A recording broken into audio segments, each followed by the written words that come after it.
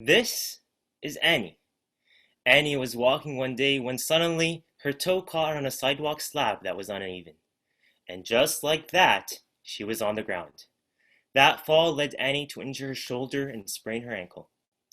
After a series of similar falls, her confidence waned, leading her to restrict undertaking activities and even from leaving her house.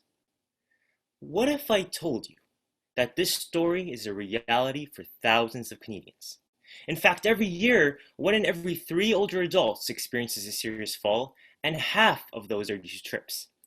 What's more, falls are the leading cause of injury-related hospitalizations among older adults and cost the Canadian healthcare system $2 billion every year. Importantly, falls don't just affect older adults, but also certain vulnerable populations.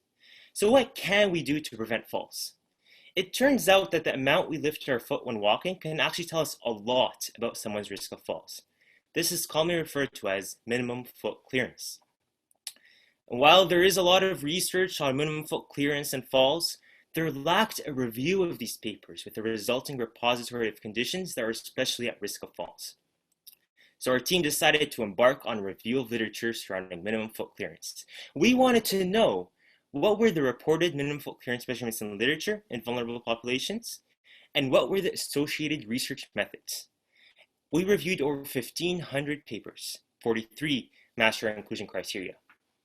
What we found was that conditions such as fatigued older adults, people with multiple sclerosis, people with transtibial amputations who report trip-related stumbles, and people wearing slippers all exhibited lower minimum foot clearance.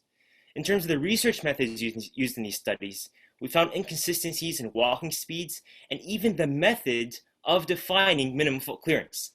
This made comparing absolute minimum foot clearance values among each other a challenge. The results also showed a lack of overground studies and exploration of portable measurement systems. My fellow colleagues and friends, it seems like now, perhaps more than ever, there is a need for strong, holistic, community-based care focused on allowing people like Annie live fulfilling, independent lives. My hope is that the discussions raised in this research will allow clinicians to analyze how people at risk walk in a real-life environment, allowing for falls prevention interventions. I also hope that it will inform policy guidelines regarding curb thresholds and ultimately lead to the prevention of falls.